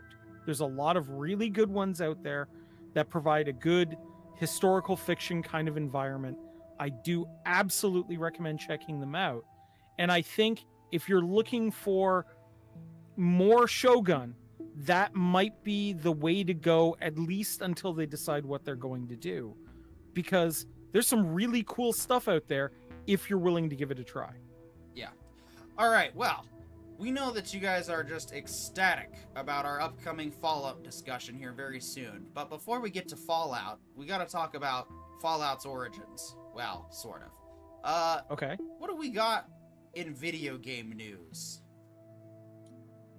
Well, there's a rumor that, well, it's not a rumor, it's one of the devs on one of the video games decided to say openly, maybe devs should be tipped. And I don't think that dev understands what tip culture is and where it comes from and what its origins truly are. And I mean, if that isn't like actual news, like it turns out one of the reasons why a lot of our games are unrealistic is because devs haven't actually lived real lives, like waiting. Tip culture only exists because restaurants can't or have never figured out All right, I'm going to stop to you operate their right there. business. Let me stop you right there. So this particular guy might not have done service industry, but I do know people who are developers who've gotten into it who did. So it's not Fair. exactly a universal. Yeah, this I would say is he's ex-Blizzard boss. Okay, so we're talking about a out of touch CEO. Even better. Yeah. Because this guy doesn't seem to remember what it's like to be a CEO where he nickel and dimed his devs to oblivion to make sure that they A, couldn't actually have job security, Yeah. B, couldn't actually have time work-life balance, while simultaneously he's saying, you know what, we should get into tip culture because Isn't that just the the fat guys cat that go-to? created, well, dude, the guys that created $1 trillion industry, and when I say created, I am talking about the developers because they took ones and zeros and turned them into Halo, turned them into Fallout, became a TV series, turned them into all of this Pokemon, Dragon's Dogma. I mean, most Star fiction Trek Online. dies in, like, most of it dies in books. But in video games, it lives, gets reborn, gets butchered, gets changed, mutated, adapted, new game variants are being invented. Like, look at board games. Almost all of them are roll the dice and go left, right? Counterclockwise. You can almost name all of the rules of any board game with one rule book of any board game, minus the currency, minus what the cards mean, right? But video games, there's 100 controllers and all of them can play almost all of the games. And none of the games really give a shit about the controller. Like, they're like, no, there are buttons to be pressed. And if you have a keyboard and a mouse, that's good enough. You don't need A, B, X, Y. You don't need the triggers and the trigger stops. You need buttons. If you can press buttons, you can play. And that's creating an entire platform of fiction. And the guy who was partially responsible for that creation is saying, you know what? Those creators deserve less wages unless their fans are willing to financially support them. Even though we know full well most of the current sales decline is caused by a lack of revenue beyond the majority of their target markets. I mean, see any actual economic data since 2020. Come off it, man. Like, this guy is so ignorant to the realities of his customer base and his own classification in the job market. That, like, he legitimately is like, you know what? Maybe I deserve a fiduciary shout out from Now, my that said- supporters Now that so said, that I don't have to pay anybody anything. that said, there is a way we could salvage this idea because you're right. It's kind of funny that an ex-boss is like, "Oh, we'll just get the consumers to pay them more money as a show of respect." Okay, a counteroffer. Pay your people more money. That's the obvious answer. But you might be onto something. It might prove a benefit to both the industry and to developers and to just things as a whole if companies were able to, if companies promised bonus payouts based on returns and reviews. If the customers are happy and paying for it, that's where the developers should absolutely be getting bonus checks cut. That's where they need to be changing the payroll. The CEO does get bonuses based on the reviews. I don't care about the the CEO getting bonuses. The CEO shouldn't get any bonuses. They have their salary is like a bonus in of itself, usually.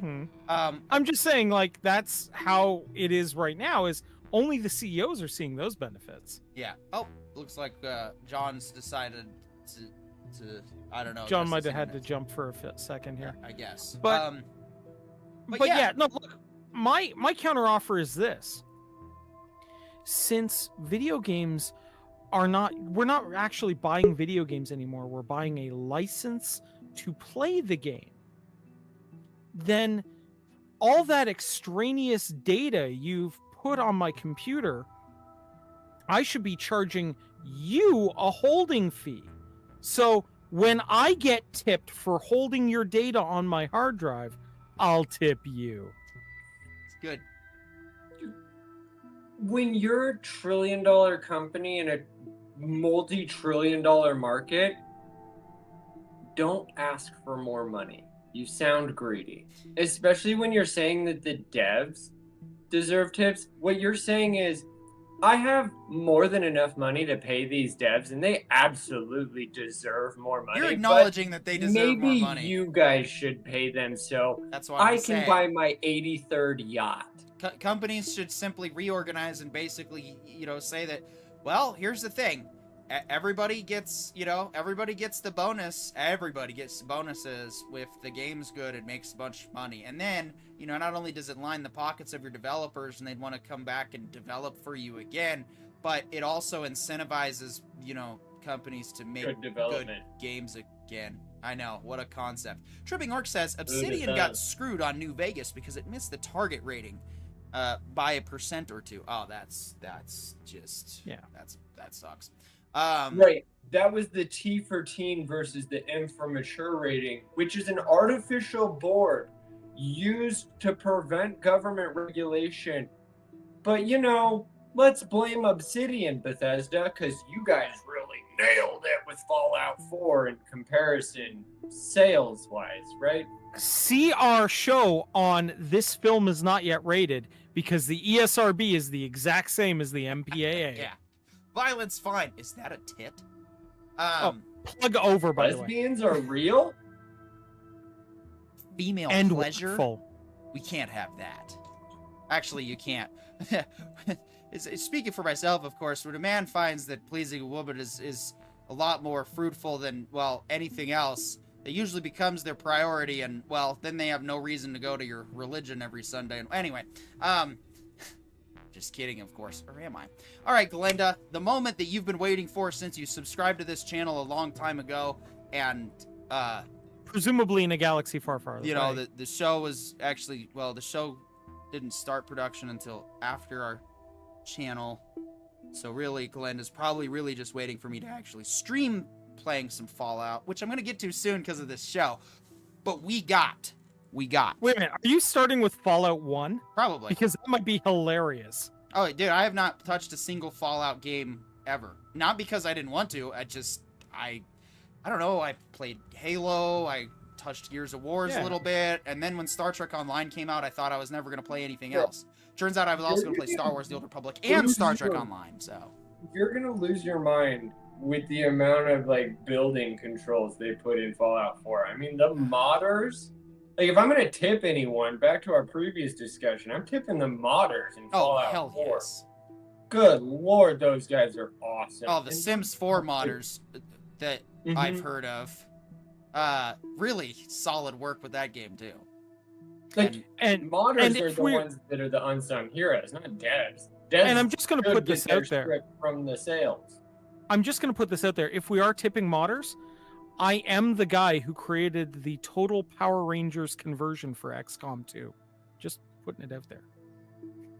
Watch out, world. We got a badass on this panel. Go, Yeah. go, Power Rangers. So yeah, there's a whole video. We haven't even talked about the show yet, and we've already raved about the game series and just how, like, there seems to be a little bit of a world that I got to get into in this game. But speaking of world to get into on the show is on another level. Like, I gotta say, I'm gonna come out and say it, guys. It's only April, okay? It's only April. We've already had Masters of the Air, which is best show of 2024. We've had Shogun, which is like second best show of 2024.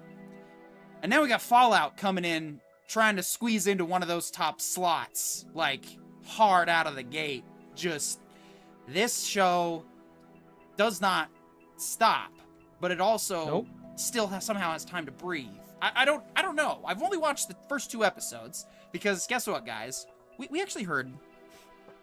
It's funny. I was there, scrolling down the internet the other day, and I'm on the Twitters, and I see mention of disappointment that all the Fallout episodes were released at once, and it was interesting seeing people tweeting things that I already talked about over the last couple of years since we started this show, because I personally am not a huge fan of the full release all at once method. I like 2 to 3 weeks at a time to properly digest and, what? Hate me, dog. What? Oh, I'm just saying no to that. No. I love my binges. See, I'm willing to come to the middle, okay? Well, no, I'm willing to sit here and just mime. No, Yeah. because we can have it either way. I'm willing to. binge it Well, right and here's the thing, though. For those of you that want to do the weekly release, guess what? On this network, we're committed to doing 2 episodes at a time for shows that dump all at once. So your show, if we like it and we're reviewing it, will be relevant for at least 2 episodes a week, and however many episodes. So Fallout gets 4 weeks out of us for the show. It's probably going to get streaming hours when I get around to purchasing the games. Let's see. Current financial projections say that I'll be able to purchase my Game next Pass video free. game by 2027. I think they're all free on Game Pass. PG Doug. Actually, I think they are. But Bethesda Game Pass owns it isn't free. also. So Oh, anyway. I'm a Game Pass subscriber. Yeah. For So- Microsoft. So yes, Galenda and all the other Fallout fanatics who want to discuss Fallout for the next 4 weeks, this is your home. So yeah. So I guess the best way to start this discussion is let's just start at the beginning of the Fallout universe. Well, actually, the best way to start this discussion is to call out. I'm a competent showrunner, you swear. I'm going to start with the comments, then we'll get into the discussion. Appropriate for you guys to finally talk about Fallout the same day Honest Trailers does a vid on it, says Daniel Larson. Oh man, I gotta wait though. I can't watch it until... I can't watch it until May, or the end of May. Galenda says, I binged the whole thing by day 2. The way Hannah wants to watch it, we're about to do the same thing. And then Daniel Larson also says, how dare you, PD? Next you'll tell me you like pineapple on pizza.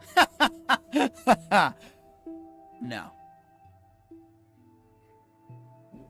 All right. Now, Corio, you were going to say, let's start. All right, let's start at the beginning. This series of video games is probably responsible for an awful lot of the tropes we take for granted in video games for a long time. So you're going to see a lot of pieces that have been borrowed from this, and conversely, this series grabbed an awful lot from, a lot of other post-apocalyptic genres as well, right? It wouldn't be out of character to see Mad Max driving around in this environment, right? I'm kind of surprised he didn't make a cameo in the background. Like, I could literally... I Right, expected Interceptor, Interceptor 2, and just, Tom Hardy's Max driving by just going... Right. There's those pieces. And this game is known for fluctuating between like retro futuristic comedy and zombie horror at like the turn, like just on a dime at any point, right? You never know when you're going to run into like the vault that contains one dude and a box of sock puppets, or The funniest thing vault, or or the vault that has like been filled with feral ghouls since before forever. You never I'm know. sorry, when you it's said the gonna vault swap. with one dude in sock puppets. So I didn't know Alex Yeah. Jones was in this series. Yeah, pretty much. he actually is in a couple different areas. Right. But the idea is that that's kind of where this comes from. It's a place of like, horror and comedy in equal measure. Yeah. I can sum it up almost perfectly. It is literally Fallout satire. Yeah. Shit. Yes. You're gonna get in so much trouble. No. The Gary Vault is actually one of the vaults. What happened in this vault is they kept cloning this dude named Gary, but every time they clone him, he gets dumber. Yeah, I thought and that was more aggressive. Anyway. Oh. Yeah, I know. Okay. And so he gets dumber and more aggressive until all he does is shout his name at you Corione, and trying to this pummel is digging our hole deeper now. This I is know, not actually I know it explaining is. anything. This is, I know it is. all it's gonna take is one No. of those yellow dorks from Nerdrotic be like, "Yeah, they're making fun of you," and I'll be like, "Well, no, but if you want to." I mean, like, look, Nerderotic fans read into it as much as you choose to. You know what? Come I'm only cancel us, talking about the bitches. game. Bring it on. See if I can. I'm only talking about the game, but yeah, so we wind up with some weirdness, right? And this series frigging captures it perfectly. You never know whether it's going to be we're gonna catch the Vault Dweller being like completely innocent and adorable, or the Vault Dweller like having to pull up a shotgun and gun down zombies like it's the freaking like it's a 28 Days Later sequel. And that's perfect. Well, then, dude, that's the game. Oh my gosh! I just started replaying Fallout 4, and like, the dialogue in the show is better, which is telling you like they figured out a lot of the mistakes from Fallout 4 because like Todd Howard was deeply involved in this, and I don't know if I did it in the last episode that we talked about it, but like, shout out to Jonathan. I forget his last name. Brother of Nolan, Jonathan Nolan, bringing back Nolan. Harold from Person of Interest.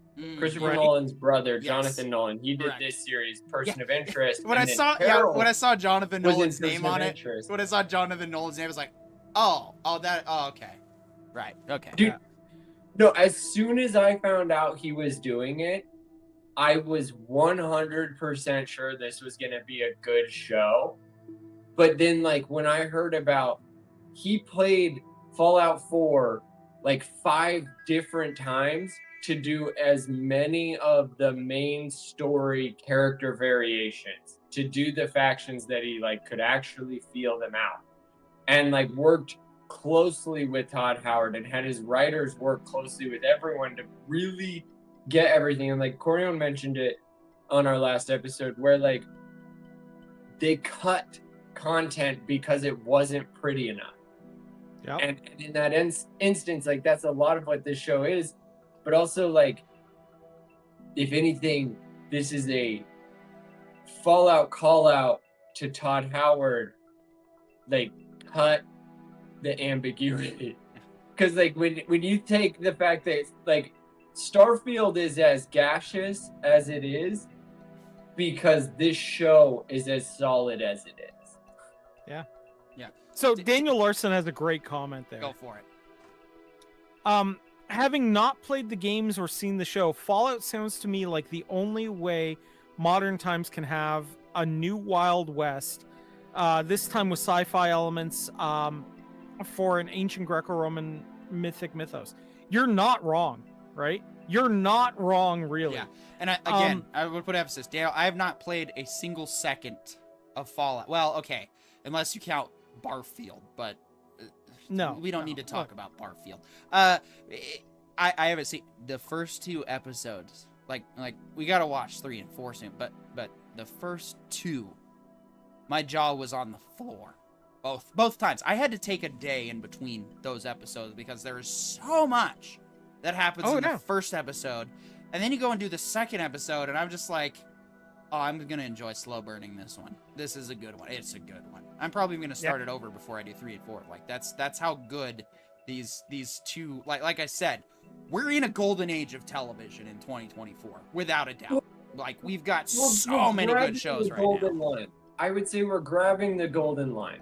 Because, like, we are still plagued with so much arbitrage. Like, as somebody who regularly is scrolling 6 out of the 12 streamers, I can confidently say we're threading the needle on quality. Like, there is the good stuff, and we're finding it. Apple TV, they do a lot of it, but I tried another one of theirs, The New Look, last night. Started off a lot like Masters of the Air, immediately didn't care. Yeah. Like, I just... Well, let's pieces bother me to some extent. Whereas, like, Fallout, and this is what I was trying to say earlier, like, with your description of Aquarian, is, like, it's Fallout satire. Like, whereas right now we're kind of coming into 9/11 humor, and that's starting to become more and more socially acceptable. When Fallout 1 came out, yeah, you couldn't make humor. these jokes. Yeah. Well, nuke humor was coming out, right? And so the game was like Doom, but what if it wasn't demons? What if it was nuclear fallout? And it was just every theory that we had ever written about nuclear fallout: zombies, ghouls, goblins, master of mutations, super mutants, all this stuff. See every other bit of literature that came out along the same time. But now Fallout's like a joke. Nobody talks about nuclear fallout anymore. And so the satire has just been laid in harder. And that's where, like, this show found the number, which is like, you can do Game of Thrones gore and Fallout humor if timed perfectly. Right. And there are fantastic moments, especially in the first episode, where we're getting introduced to the vault. And you might initially go like, oh, this is funny Silo. Right? Which I'm willing to bet PD did. Like, oh, this is Silo with a sense of humor. This is funny Silo. And then it turned into, like, worse dystopia Silo. Right. And you're like, oh, damn, right? Like, damn, you suddenly start realizing something's off. Yeah. And by then it's just way too late. Fallout is basically the hot and cold knobs on your shower, and Silo is the optimal temperature.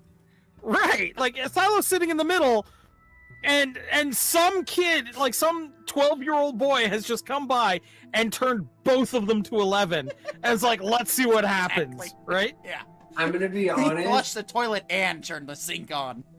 Yep. Silo is the enclave, and when they found out all the other silos were there, is Fallout. Yeah, kind of, right? Like, but it's awesome in this regard, because, you know, how often do you see, like, an opening series where, like, you know, the arguably pretty pregnant friend gets, like, a fork in the eye, right? Like, you know, how often do you get that, right? Bro, and how often does the super sweet maternal pregnant chick turn into Angela? Right? I know. Like, what a hard shift, but it turns out, oh, that was her the whole time. We just saw her at first as sweet, and we kind of liked her. But then all of a sudden, like, we get to know her, and she's Angela. And it's like, oh, that's hilarious. Like, yeah. To me, it's like comedy is the only way through the wasteland. If you're not laughing during this time, you are crying too much. Dude, so when I did my second tour on the ship, one of the first things, like one of the first drills we did was abandoned ship. And you know transfer season just ended when the abandoned ship drill is on the docket for, you know, first time out on the water. And yeah, and that was one of the things they said, is like, all right, if this actually happens, it's gonna suck. So yeah, make sure you all bring your humor and your good times, and because, you know, just imagine you go from working on a fairly decent, you know, military grade industrial vessel that is a nice warm bed and you play your video games and there's plenty of food, to a raft that's like got water leaking into it, and you ended up on drawing the straw with the guy who has an eating disorder, so all your MREs are already gone. It's like, Yeah. Well, not to mention that boat was in the middle of the ocean. Like, I don't even care it's if you're sad when the Coast Guard slightly has to call off the the Coast Guard shore. for help. Yeah. Right? Dude, It's a bad it day. doesn't matter if you're slightly off the shore by 1 mile or 10. It's the middle of the ocean as far as that raft's concerned. Oh yeah. No, anything more than like 3 miles out to sea, good luck. Because Yep. the human eye can see 25 miles from a mountaintop. But the ocean Yep. isn't a mountaintop. It's a flat oasis. You get about 1 mile of credible visibility, Yeah. and it's all the same thing. So left is wherever you're looking. Daniel Larson says, at least you're not the crew of the USS Indianapolis. Yeah, a bunch of those guys encouraged several sharks to be lazy after that incident. Don't even have to hunt for your food. Yeah, once that ain't gonna be no apex predator once that buffet dries up. That shark's gonna starve later. But at any rate, yeah. Caviar. It's too hard Yeah. to go back to that regular. I gotta work for fish. my food again? I don't know, man. Right. And I mean, we get like snippets of the Vault Dweller's badassitude like right away in this series too, which is fantastic, right? Oh, You know? I mean, one of the things I've been learning throughout my education on world building is one of the hardest things in any writing is power scale. To get the audience at the maximum involved is your character has to basically start out skin and bone. And they have to also rapidly evolve to Karate Kid, crane kick to the face, but then also keep evolving in the game world to dragon burning the world, but also not butcher the story. And Right, in this and I mean- show, they're like, yeah, that's just self-defense. The reason these Vault Dwellers are all BA is because they spend 1 hour every morning doing self-defense training. Oh, weird. Isn't that what most militaries try to do? Yeah, I love the fact that they, in the first 5 minutes of the damn show Lucy being just as happy, fitting pipe as hitting pipe, right? I'm down Well, and for then not this. to mention how easy she is about talking pipe. One of the things about tribal living is the rules get really blurry between family and society. Yep. And I mean, that's the whole precedent for the beginning of the show. She has only cousins in her vault. Right, and that's why, they're trying to spread out, and I think that's great. I think they laid an appropriate bandwidth for why Lucy is a strong female character early on, and this is, if you want to have a female badass to start, and you show her at jump being basically at character creation in the video game. Oh no, she spent some time doing practice with full auto machine guns every morning, and taekwondo, and spent time welding and stuff like that for fun. We can sit there going, okay, she's a badass, we get that, we understand that she's starting from jump with these skills. Well, and then to throw in the bandits come in and fight dirty. For the first time, she isn't sparring. And how did it go? Dude, she got her head rattled. Her bell was rung so many times. She was reaching for straws, and she found one. Yep. The whole scene set that up so eloquently. Here's Yeah. a chick who's trained to fight, but never had to be scared a day in her life. And in her wedding night, here comes horror. But then, Right. to skip ahead just real quick to what kind of person is that in the real, what Galinda and a lot of the chat has been saying, the Wild West, the Wild Wasteland. What is that? Dude, she's a dork. In every sense of the word, she's why aren't you guys being nice to each other? And name a gamer who doesn't kind of try to play that way at first. Right. Shut up. Well, but like, I was replaying the game after watching the show, after having gone villain in so many games, still on my recent replay because I haven't played it in a while. Why can't you guys be nice? Oh yeah. Well, oh yeah. Yeah. and here's another thing I do want to point out though about this fight, because I think it's important. The first real fight we see Lucy in, she doesn't. Every time she tries to overpower the guy, she gets her ass kicked. It's when she pulls a weapon, it's when she gets smart about the fight and like does not play fair, that she actually succeeds. And that is super friggin' important when your main character is maybe 120 pounds. On top of that, her best moves in the fight are what they teach you in judo and jujitsu and in a lot of self-defense classes, which is use your opponent's weight to your benefit. Like, she doesn't get him by throttling him, she gets him by getting him to throttle and then her weaving away.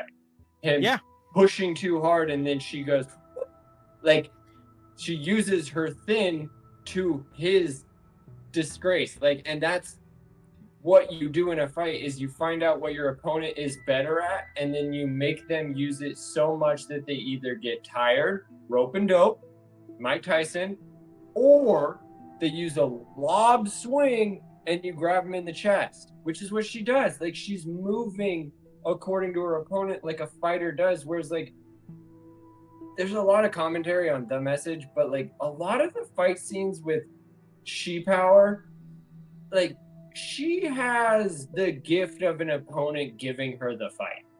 Like, it's all thrown fights versus this one, like, nah, she won because she bit his ear off. Like, it was a dirty Mike Tyson fight, and that was fun. Yeah, like I'm for it. Like, I like though that they actually did a female character that we can legitimately go, no, this is a badass. She's not reaching this fight. She's the exact opposite, and it works. And I love that, right?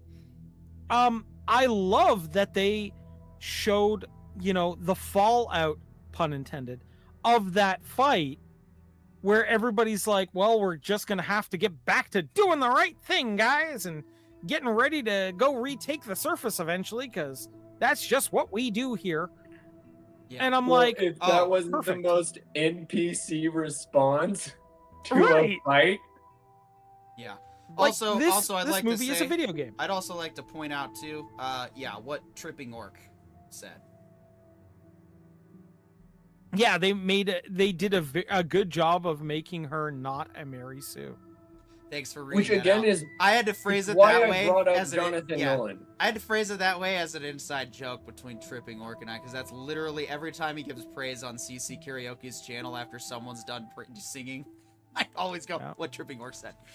it's funny. It's fantastic. Doug Rasmussen, I don't know if I've seen you here before, but Yes, we have. Oh, we have? He's a cool dude. Okay. Yep. He's He's reached the acceptable level of cool. I apologize for forgetting you because I don't think you've commented very often, which is fine. Participation certainly never required, but you definitely get more of our attention if you do it. Doug Rasmussen says, I love Fallout 2. I returned to the game again just because of this great show. I'm literally going to stream it for the first time in my life here very soon. Actually, if it is on Game Pass, I could probably... We'll see what happens tonight or tomorrow. But yeah, that's definitely, I'm right there with you in the sense that I'll be a totally noob. I'll be a noob. I know, it's rare that I'm noob when it comes to video games. Actually, it's not. There's actually a lot of games I still haven't played. Probably won't. Think about it. Think about it. To me, this is something I've been, like, it's again why I do the podcast. Like, one of the big things, like, calling out media for being bad at their job, but then at the same time, like, this is when media did it right. Like, I've always said a lot of video games make great movies. And I've always believed that, like, vice versa, tons of movies make great video games if put in the right developer's hands. Like, most superheroes and most stories, in terms of, like, what their game is literally just already given to us. Like, almost every story with a hero's journey is a video game with progression and leveling. On top of that, like, now you have a world to already set. Like, but Fallout is the first time where, like, you go from one version of interactive media, not just reading, but you're witnessing, experiencing the world. And now there's this world that world came from already pre-built for you to go and get some knowledge on and experience. And it's its own story, it's its own challenge, it's its own adventure. But like, to me, one of the best things about this, again, yeah, exactly, that was the part that we brought up last week. Ackman, he's and his review was 100% spot on. Like, and again, back to like what Trevor I relate to this so hard. It's so sad. He's right though. Like, pointing a needle or a magnum to your head was the correct response. I'm so happy for Fallout fans. Must be an incredible feeling to see your favorite franchise be so lovingly crafted and accurately represented on the big screen. Again, I haven't played yet, but I already knew just how, because of how bad Halo was. I was like, and because of how good this show is.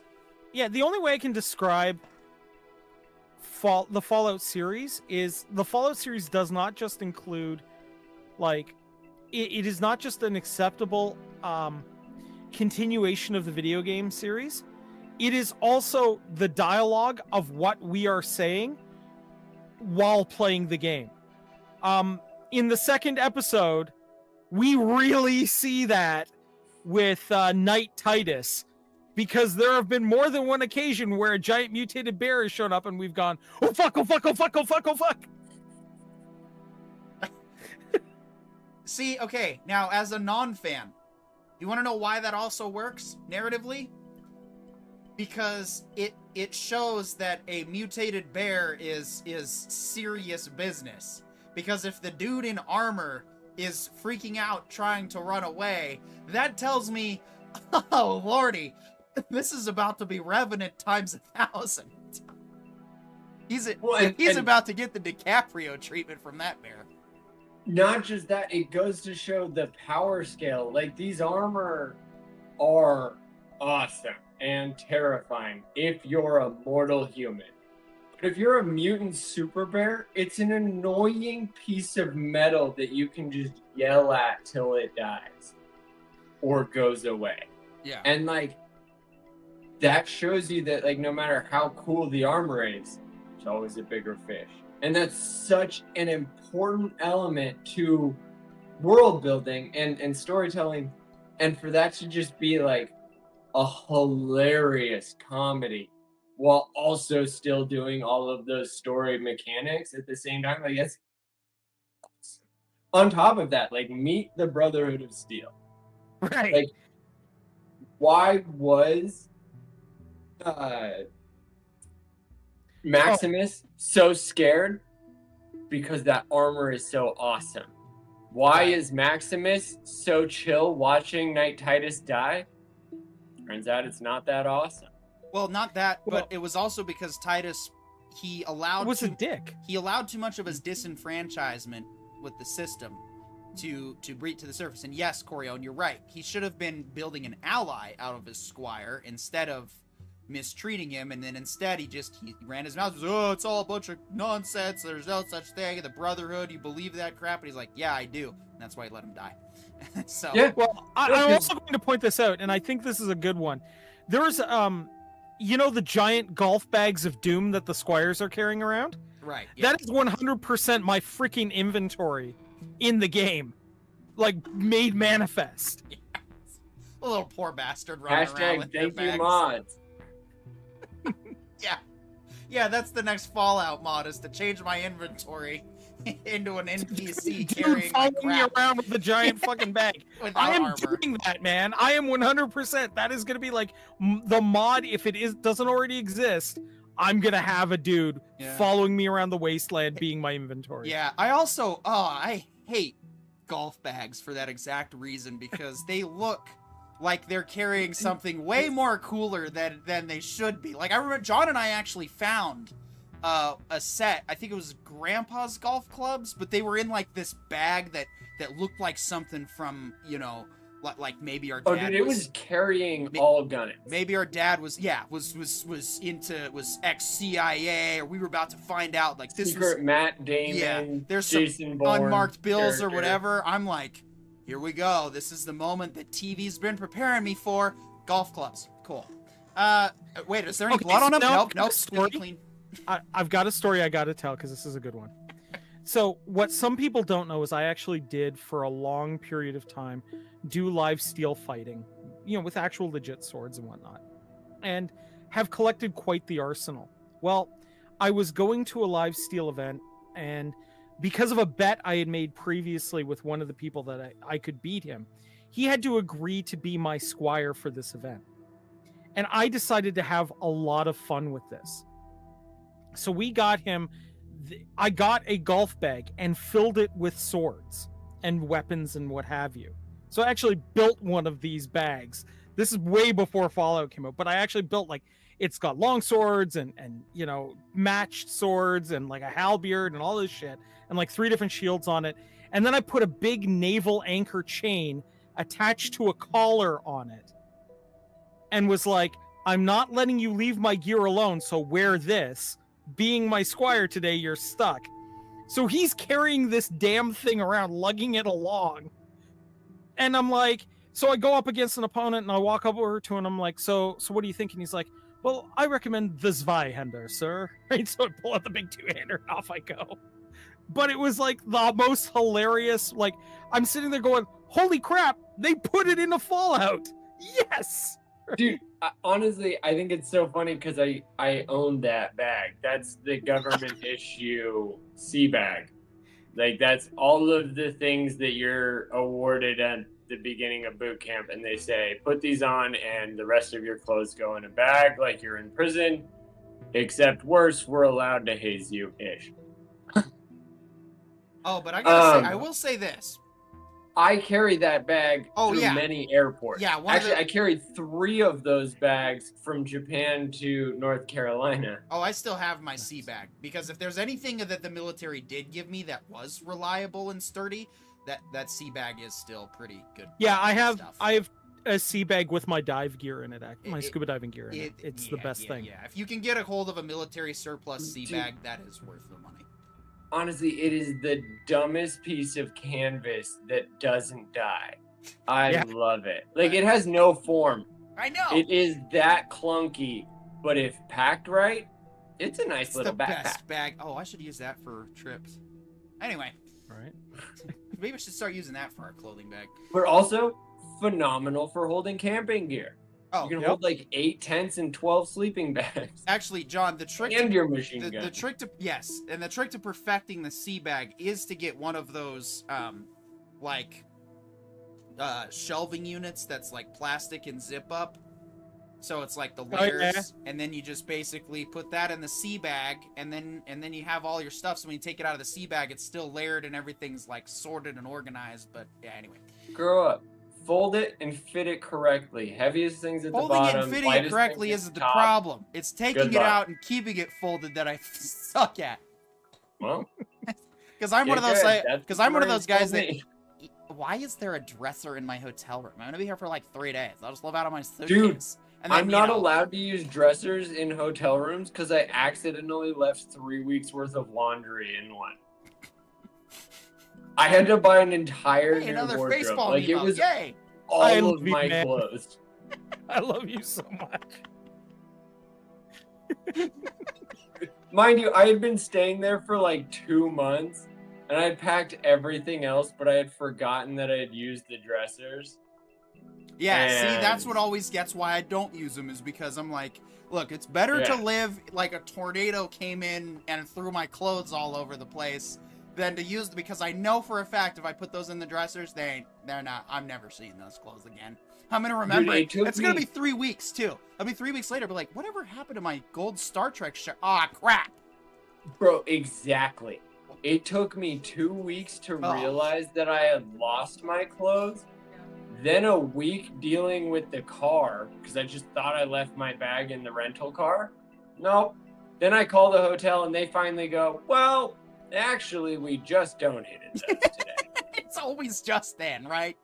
Like, no, you guys donated it right away, didn't you? So no, the dude, other pieces, like the person told me, they were like, we have a 4-week policy, and I called on Monday, week 5. You literally called on week 5. I was so disappointed in myself. Getting back to Fallout though, like guys, the Brotherhood of Steel, I think, was probably so far the best portrayed faction that we've seen in the series, because you can imagine a unit of the American military, once the entire system breaks down, doing something like this, right? Just Even continuing on trying to rebuild. That's the best thing about the Brotherhood of Steel. They're not a unit of the military. Well, they were They are- at one time. I don't think so. If anything, some of the guys were vets. No, they, in the lore, what wound up happening is it was a couple of the dudes in the military. When the bombs started dropping, they got orders. They went, nah, screw it. We're going to try to save what we can here. And that's basically Okay. what happened. So, okay, even then, so still vets. Like, that's what I mean by not. Yeah. So, like, they are a unit of the military, but, like, this is decentralized leadership without any actual understanding of the organization and why the organization works, which is one of the things I talk about all the time in terms of, like, the Marine Corps. A lot of Marines know that the Marine Corps works. Almost none of them know why. And Yeah. unfortunately for everyone, it's policy and procedure. Like, the way that they write their rules, they are so annoying that, like, they define appropriate hairstyles down to the normal standard barber's cutting tools. So, like, your barber can be like, yeah, I like to use a wacky fade tool, and they're like, well, as long as it's a 3 by a normal standards. And like, that's how explicit their policy and procedure is. But if you take military policy and procedure and you treat it like the Bible, Brotherhood of Steel, without question. Basically, what I got, was that the guys just happen to be Catholic. Yeah, Well, but I mean, not but even that's, Catholic so much as literally just going like, this text is everything. You can't read because I won't teach you, and you're too dumb because I won't teach you, but it's not my fault, it's your fault because you're too dumb. But literally, what is he reading? Good military order is to make sure that your troops feel loved, heard, understood, but maintain a firm hand. What is a firm hand to a drunk? Hit them when you're mad. well, but I mean, this is why it works, right? Is we got a great introduction to the Brotherhood, right? Just like we get, we've had really good pieces of lore dropping in from the game, and we're sitting there going like, oh yeah, I remember reading that on a terminal somewhere, right? And I'm that's gonna have fantastic. the opposite effect. Oh yeah, you're gonna run into this stuff, and it's gonna be great. And like, I am gonna get say, addicted because now you've got 5 games to pile through. Because it goes 1, 2, Yeah. 3, New Vegas, 4. yeah, 1, 2, 3, New Vegas, 4 is the proper order to play them in. Oh, but then 5. That's oh, 5 wait, sorry, games that's of Starfield. content to hold you till season 2. Yeah. That's amazing. How lucky are you? I guess in this case, it Which is works what I out. mean. Well, like, this is to me, like, this is the call out to all studios across all film in Hollywood. Like, Halo Imagine could've been how. done better. Imagine the freaking hype that would have actually. I'm glad it didn't happen this way because Infinite was such a disappointment at launch. At least as far as like multiplayer and stuff. Campaign was good. I would know. But when it came to the show though, at the same time, imagine how the hype would have been for Halo if the TV series had actually done what the Fallout series is doing right now. Like, it would have been like, okay, even if Infinite kind of disappointed, Master Chief Collection would have exploded in sales again. And instead, a majority of Halo gamers I come across they're like, there's a Halo show? And I'm like, yeah, it's on. No, there isn't. Shut up. Right, bro, of course. this is conspiracy theory realization here, but when the show dropped, Fallout, the video game team, Bethesda, finally announced Fallout Remastered for the X Series X and the PS5. and they're working on the one for the PC port, but for some reason it got worse because PC ports are suddenly worse, which is so confusing. But aside from that, like, I just realized I think Jonathan Nolan actually got to Todd Howard because when they released this remastered, some Halloween junk from the Creation Club came free with the release. Yeah. Which means like it was ready to go on Halloween.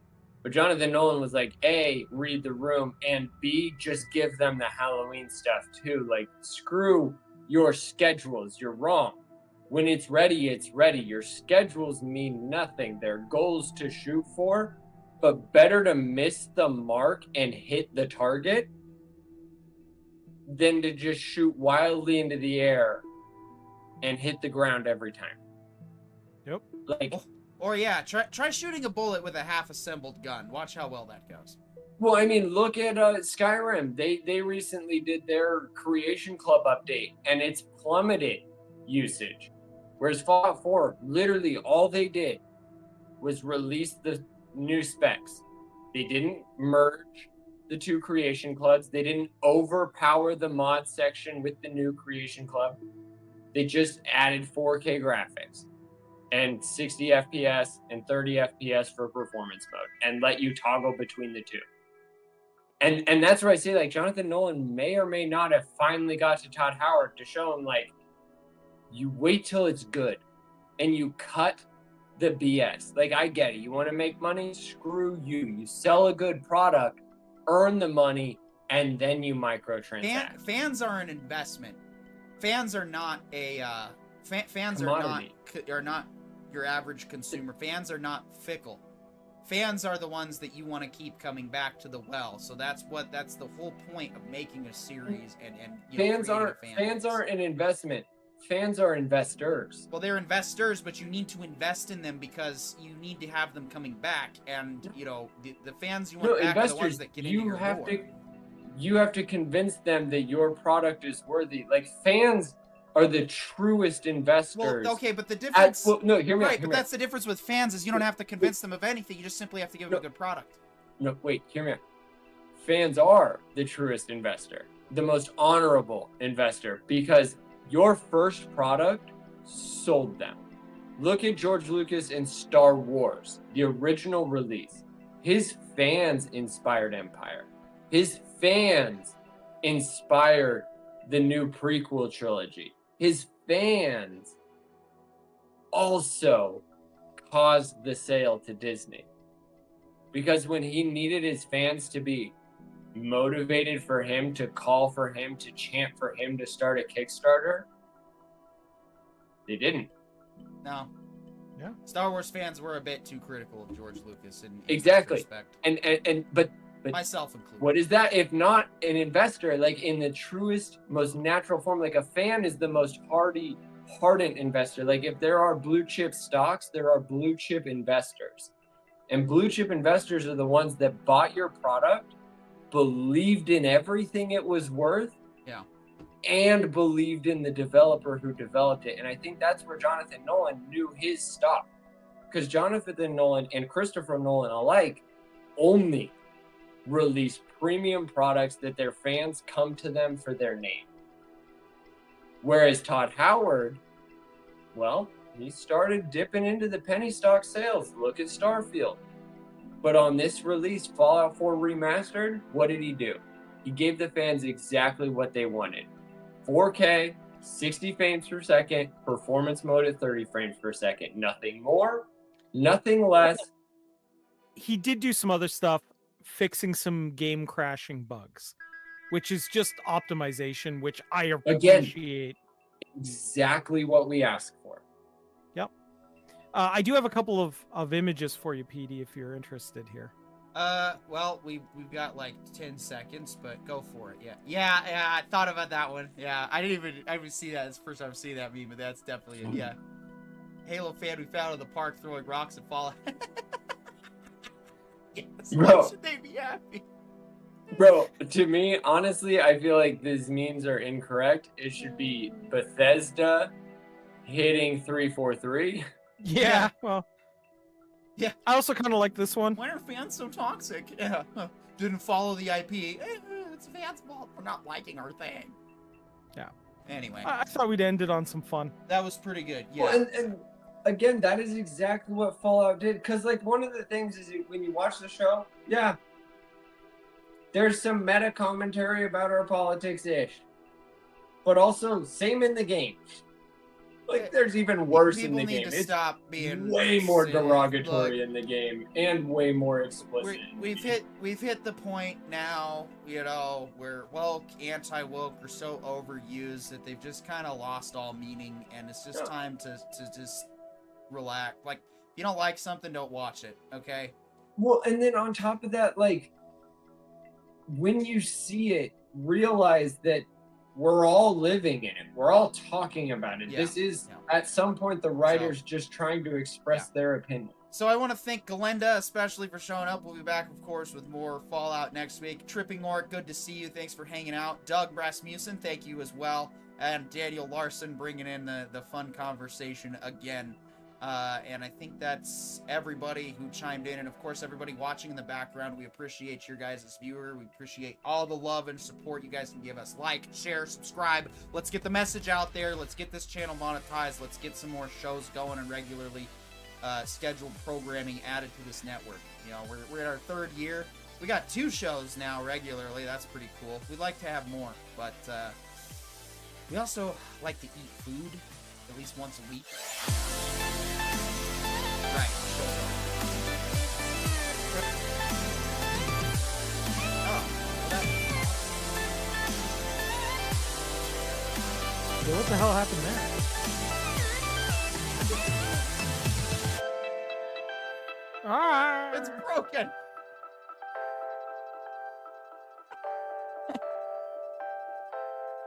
This has been an almost competent show from the Writer Brothers. The Writer Brothers. We'll try it again next week.